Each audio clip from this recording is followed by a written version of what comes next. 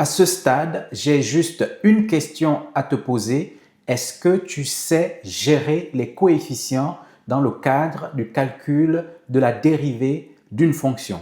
Alors, on va regarder cela de façon concrète à travers deux exemples.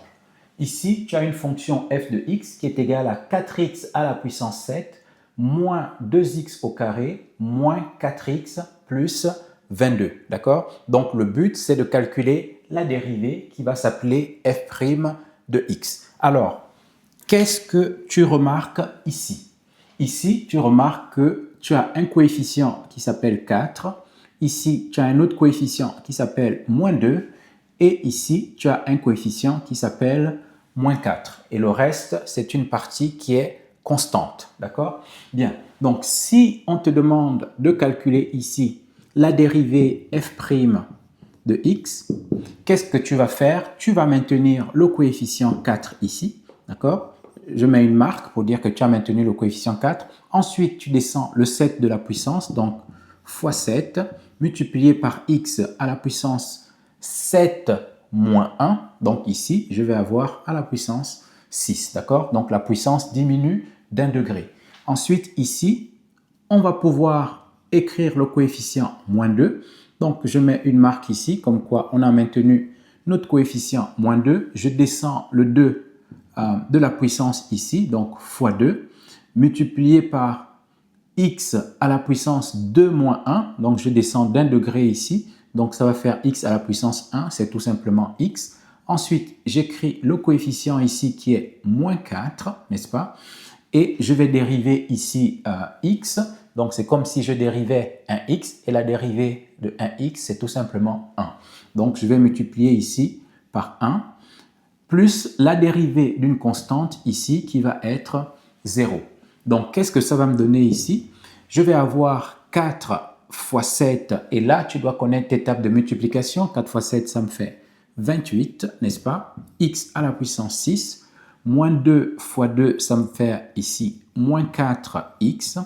Ensuite, moins 4 fois 1, ça me fait tout simplement moins 4, puisque le 0 ne va pas compter ici. Donc, je vais avoir au final f' de x qui est égal à 28x à la puissance 6 moins 4x moins 4. D'accord? Donc, le but ici, c'était de comprendre comment maintenir ces coefficients et surtout, lorsqu'on fait descendre la puissance, ce coefficient ici qui va être formé en descendant la puissance va multiplier le coefficient qui était existant au départ. D'accord? Bien, regardons cela maintenant dans ce deuxième exemple.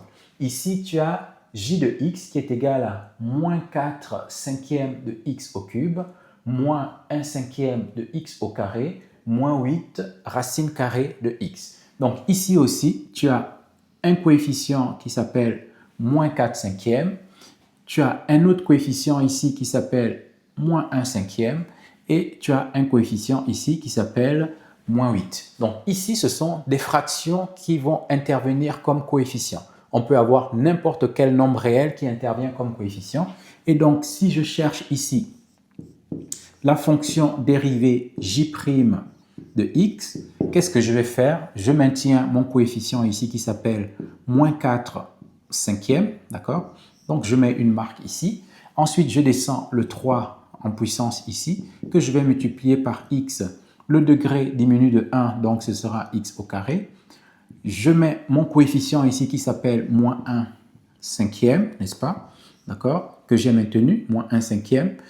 Et le x ici, quand je le dérive, le x au carré, ça me fait tout simplement 2x. Donc, je vais mettre ici fois 2 et fois x à la puissance 1 qui est tout simplement x. D'accord? Ensuite, j'écris mon coefficient moins 8 ici que je vais multiplier par la dérivée de racine carrée de x. Et la dérivée de racine carrée de x, c'est 1 sur 2 racine de x.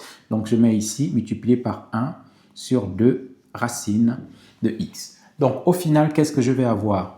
Je vais avoir que mon j' de x va être égal à quoi? Moins 4 fois 3, ça me fait ici moins 12. Donc, je vais avoir moins 12 cinquième de x au carré, moins 1 fois 2, ça me fait moins 2. Donc, je vais avoir ici moins 2 cinquième de x.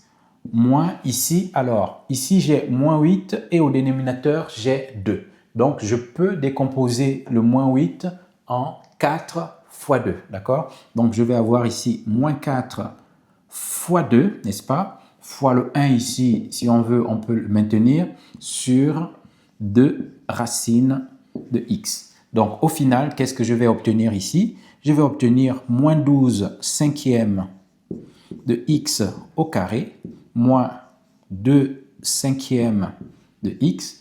Je barre le 2 au numérateur et le 2 au dénominateur. Il va me rester moins 4 fois 1. C'est tout simplement moins 4 sur la racine carrée de x. D'accord? Donc ici, je vais écrire que c'est mon j' de x qui est égal à moins 12 cinquième de x au carré, moins 2 cinquièmes de x, moins 4 sur la racine carrée de x. Alors, j'espère que cette vidéo t'a plu et que tu as compris comment on gère les coefficients. Donc, j'ai des coefficients préexistants et lorsque la puissance va descendre, ça va constituer un autre coefficient qui va multiplier le coefficient qu'il y avait au départ. Et ça, c'est une compétence que tu dois avoir, savoir gérer tes coefficients, savoir les multiplier pour arriver à ta dérivée finale. Alors, j'espère que tu as aimé cette vidéo. Je t'invite alors à la liker, également à la partager à quelqu'un qui pourrait être intéressé par ce type de contenu. Et je te dis à très bientôt dans une autre vidéo.